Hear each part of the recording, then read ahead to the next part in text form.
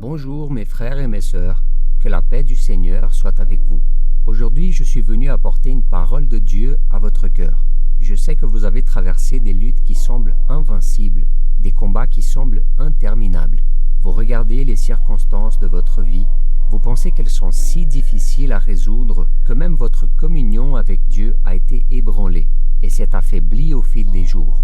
Et au milieu de ce désespoir, vous essayez de lire la Bible, vous essayez de prier, vous allez à l'église et pourtant votre vie spirituelle semble empirer chaque jour. Si vous traversez cette épreuve, le message d'aujourd'hui est pour vous.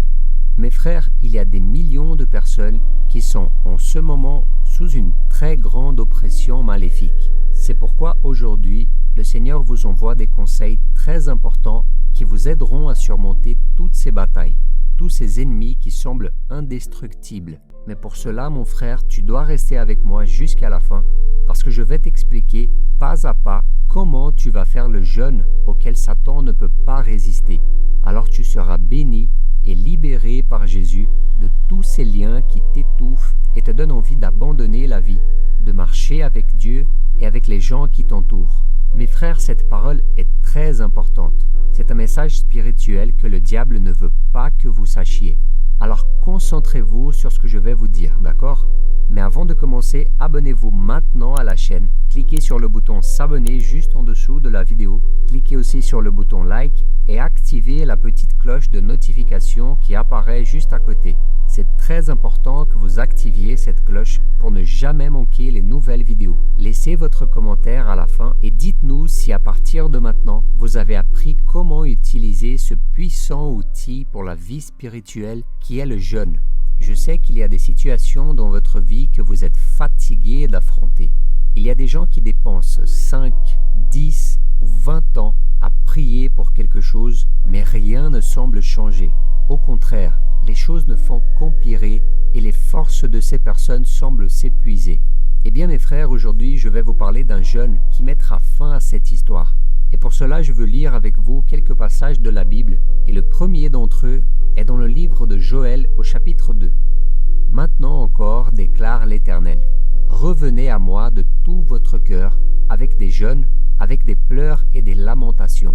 Déchirez votre cœur et non vos habits, et revenez à l'Éternel votre Dieu, car il fait grâce, il est rempli de compassion, lent à la colère et riche en bonté. Il regrette le mal qu'il envoie. » Mes frères, ici dans ce passage, Dieu parle des apparences et des faux semblants. Et pourquoi en parle-t-il? Car autrefois, lorsque les hommes jeûnaient, ils déchiraient leurs vêtements et jetaient de la cendre sur leur tête. Et ainsi, tous ceux qui étaient près d'eux savaient qu'ils jeûnaient. Mais beaucoup de ces personnes religieuses pratiquaient ce rituel uniquement pour montrer aux autres qu'elles étaient spirituellement meilleures, plus évoluées et plus saintes. Mais au fond de leur cœur, ils étaient encore fiers et ne se repentaient pas et ne s'abandonnaient pas vraiment au Seigneur. Vous comprenez? Et maintenant, nous allons lire ensemble quelques versets du chapitre 58 d'Ésaïe. Et nous ferons un lien avec le premier texte que nous avons lu ensemble. « À quoi nous sert-il de jeûner si tu ne le vois pas, de nous humilier si tu n'y fais pas attention? C'est que le jour où vous jeûnez, vous accomplissez vos propres désirs et traitez durement tous vos ouvriers. Votre jeûne débouche sur des procès et des disputes, sur des méchants coups de poing. Vous ne jeûnez pas, comme vous le faites aujourd'hui, de manière à faire entendre votre voix là-haut. Est-ce un jeûne de ce genre que je préconise un jour où l'homme s'humilie? S'agit-il de courber la tête comme un roseau? Faut-il se coucher sur le sac et la cendre?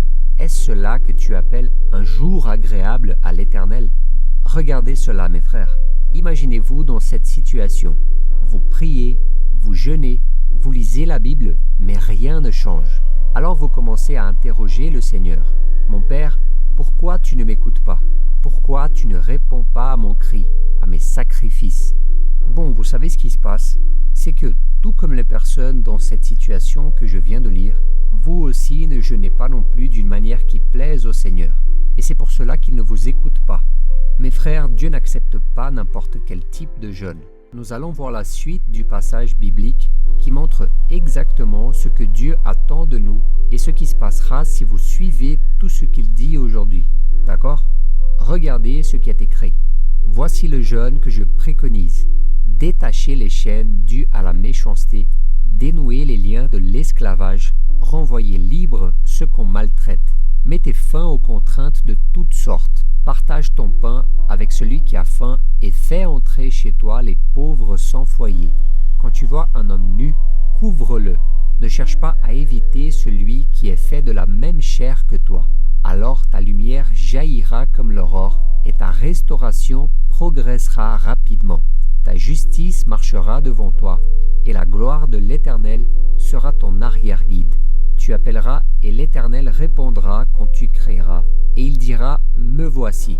Oui, si tu éloignes du milieu de toi la contrainte, les gestes menaçants et les paroles mauvaises, si tu partages tes propres ressources avec celui qui a faim, si tu réponds aux besoins de l'opprimé, ta lumière surgira au milieu des ténèbres et ton obscurité sera pareille à la clarté de midi. L'Éternel sera constamment ton guide. Il répondra à tes besoins dans les endroits arides et il redonnera des forces à tes membres. Tu seras pareil à un jardin bien arrosé, à une source dont l'eau n'arrête jamais de couler. Amen. Regardez ça, mes frères, quelle merveilleuse parole. C'est quelque chose qui nous éclaire que les promesses de Dieu sont bloquées et que vous ne les recevez pas tant que vous essayez de la mauvaise manière. Il se peut que vous traversiez une malédiction familiale, que vous souffriez de choses auxquelles vos grands-parents et vos parents ont été confrontés dans le passé, mais que toujours rien ne change, rien ne s'améliore. C'est une perte après l'autre, une lutte après l'autre, une humiliation après l'autre. Mais la bonne nouvelle que je vous apporte aujourd'hui est que Dieu veut changer cette situation dans votre vie. Et il veut faire ça à partir de maintenant.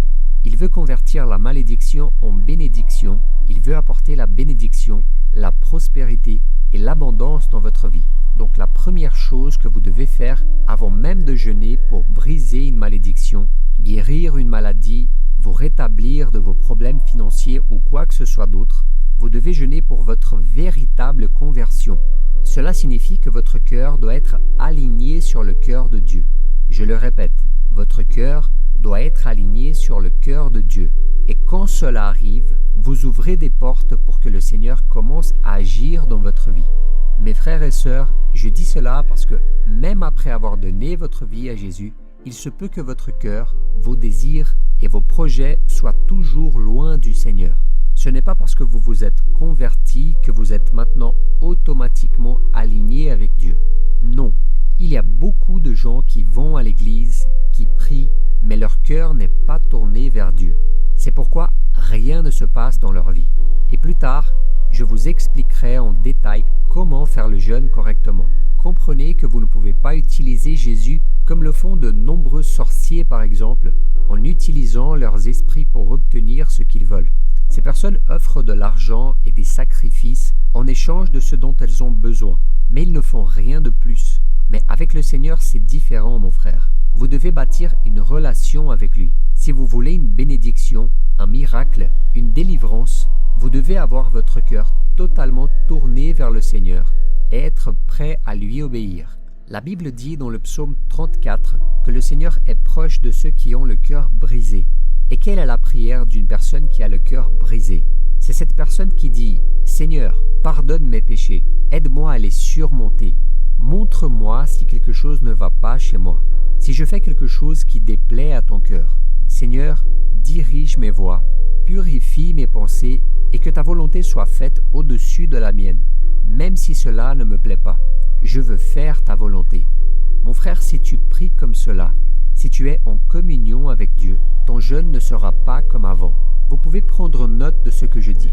Vous cesserez de jeûner pour obtenir ce que vous voulez, pour être meilleur que les autres, pour satisfaire votre chair ou pour accuser votre frère.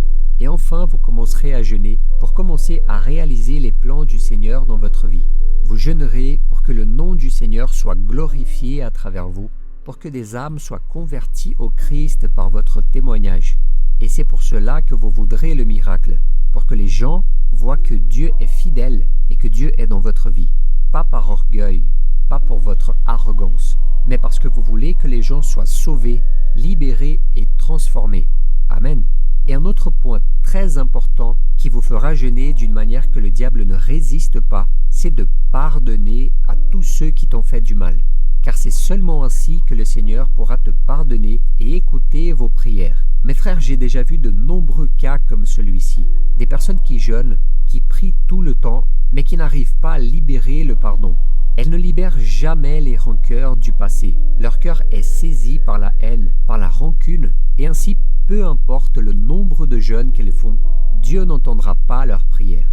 Je sais que vous connaissez déjà la prière du Notre Père, mais je veux la relire car elle est très importante. Comprenez que tout ce qui est écrit sert de modèle à la façon dont vous et moi devons prier. Et ce n'est pas pour rien que Jésus nous a appris exactement la prière du Notre Père. Lisons ensemble ce qu'il a dit. « Voici comment vous devez prier. Notre Père céleste, que la sainteté de ton nom soit respectée, que ton règne vienne, que ta volonté soit faite sur la terre comme au ciel. Donne-nous aujourd'hui notre pain quotidien. Pardonne nos offenses, comme nous aussi pardonnons à ceux qui nous ont offensés.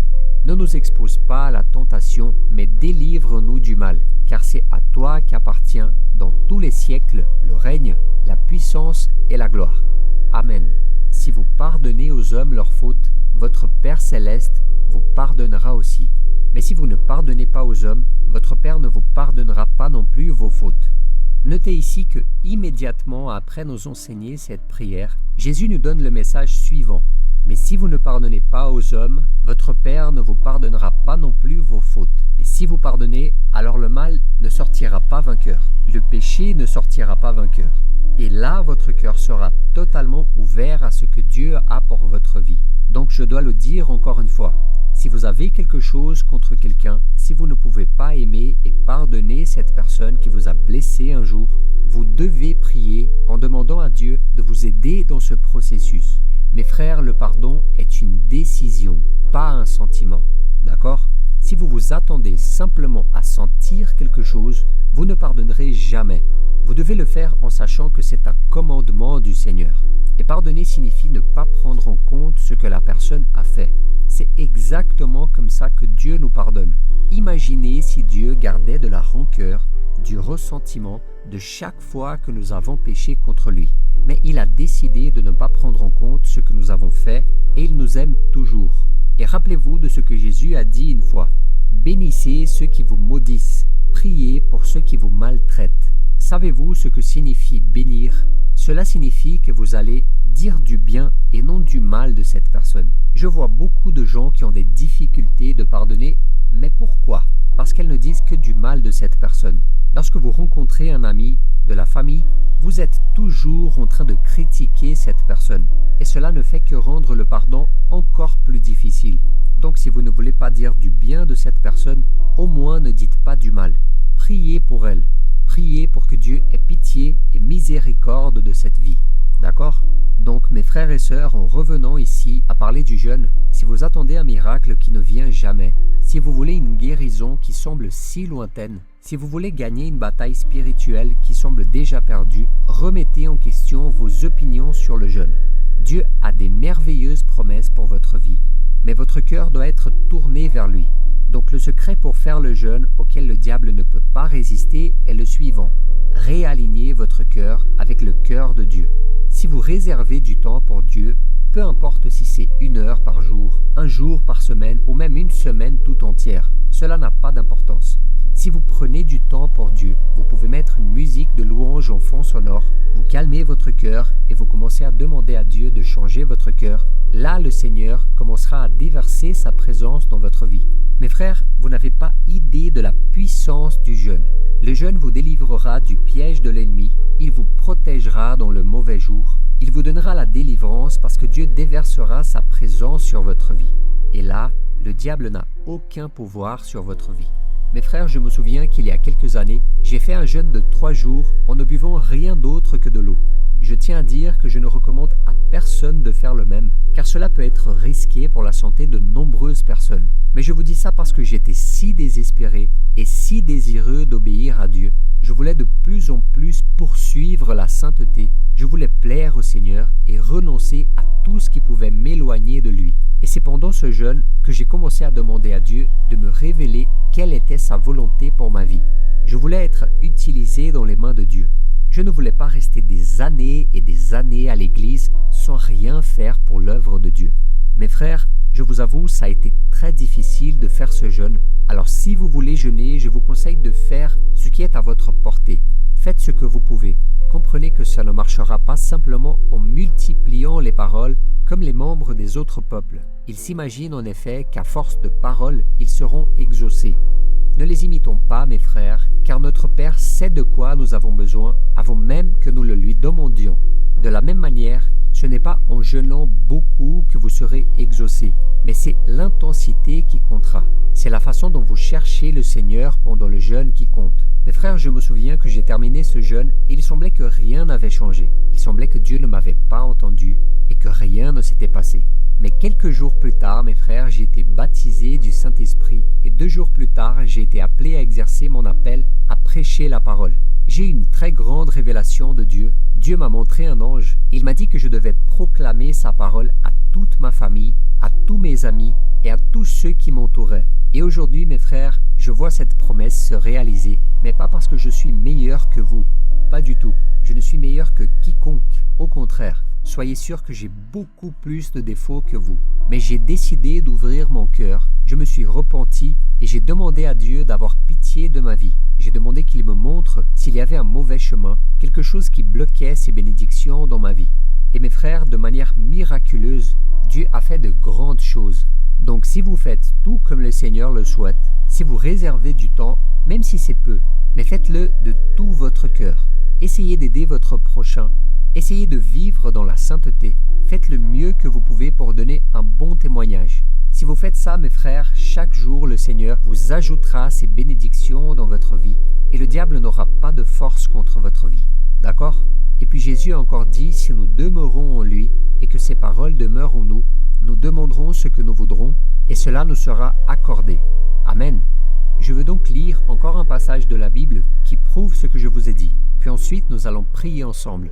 Et je vous demande dès maintenant, partagez ce message, d'accord ? Cliquez sur le bouton partager qui se trouve au-dessous de la vidéo et pensez à 3 personnes, 5 ou 10 personnes sur WhatsApp, sur Facebook, puis envoyez ce message à ces personnes. Je suis sûr que ce sera très utile dans leur vie, que cela va débloquer ce qui est bloqué aujourd'hui. Et Dieu fera de grandes choses à l'honneur et à la gloire de son nom. Amen. Voyons maintenant ce que Jésus a dit. Demandez et l'on vous donnera. Cherchez et vous trouverez. Frappez et l'on vous ouvrira. En effet, toute personne qui demande reçoit. Celui qui cherche trouve et l'on ouvre à celui qui frappe. Entrez par la porte étroite. En effet, large est la porte, spacieux est le chemin menant à la perdition. Et il y en a beaucoup qui entrent par là. Mais étroite est la porte, resserré le chemin de la vie, et il y en a peu qui les trouvent. Donc mes frères, ici Jésus dit qu'il y a peu de gens qui trouvent le chemin de Dieu. Parce que les gens veulent le chemin facile, mes frères. Ils ne veulent pas renoncer à ce péché qu'ils aiment tant. Ils ne veulent pas pardonner leurs frères. Ils ne veulent pas montrer leur amour aux perdus et aux affamés. Ils ne veulent pas savoir quelle est la volonté de Dieu. Mais si vous avez compris le message que je vous ai apporté aujourd'hui, vous alignerez votre cœur avec Dieu et alors rien ne sera impossible. Amen. Alors fermez vos yeux et prions ensemble. Seigneur, mon Dieu et mon Père, je veux te remercier, mon Dieu, pour ce moment unique et spécial. Mon Père, mes frères ont entendu ta parole et la foi vient de ce qu'on entend. Et ce qu'on entend vient de la parole de Dieu, du message du Christ. Mon Père, lorsqu'ils ont entendu ce message, je suis sûr que votre Saint-Esprit a travaillé dans chaque cœur. Et je crois que le Seigneur a révélé ce qui doit être changé. Alors pour cela, nous demandons votre pardon, mon Père. Combien de fois convoitons-nous ce qui n'est pas à nous? Combien de fois nous regardons les choses du monde et ne nous concentrons que sur elles, sans faire confiance au Seigneur?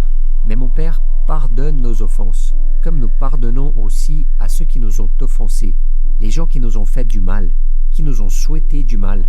Nous bénissons chacun d'entre eux au nom de Jésus. Mon Père, nous vous le demandons, ayez pitié d'eux.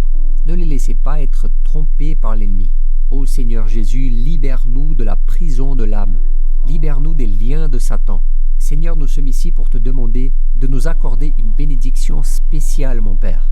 Cette personne qui est endettée, qui semble que les choses n'avancent jamais. Seigneur, ouvre les portes, donne de la sagesse, mets des nouvelles idées dans son esprit, que cette personne prospère et que l'abondance fasse partie de sa vie. Seigneur, ouvre les portes d'emploi, que cette personne puisse commencer à entreprendre et que tu y mettes ta main, Seigneur. Mon Père, nous voulons être une bénédiction dans la vie des gens qui nous entourent. Seigneur, nous voulons être heureux et comblés dans tous les domaines de la vie, y compris dans le domaine sentimental, mon Père. Combien de personnes pleurent et réclament maintenant parce qu'elles ne peuvent pas être heureuses dans ce domaine. Seigneur Jésus, mets un homme et une femme de Dieu dans la vie de ces personnes. Mon Père, qu'elles ne viennent pas se contenter du bon ou du mauvais, mais seulement du meilleur que tu as pour elles. Au nom de Jésus, je te le demande, montre-nous s'il y a quelque chose de mal que nous faisons, un péché auquel nous devons renoncer. Mon Père, nous voulons aligner notre cœur au vôtre. Ainsi, dirige nos chemins, purifie notre esprit, mon Père, nos pensées, nos attitudes, les intentions avec lesquelles nous faisons les choses, et que le Seigneur apporte la guérison, et que cette promesse d'Ésaïe soit accomplie dans nos vies, la promesse que l'Éternel sera constamment notre guide, et qu'il répondra à nos besoins dans les endroits arides, et redonnera des forces à nos membres. Tout ceci est écrit dans ta parole, Seigneur. Mon Père, je te demande de bénir la vie de mes frères. Ils prient et vous cherchent tous les jours. Je prie pour que cette chaîne de foi et de prière ne soit jamais brisée.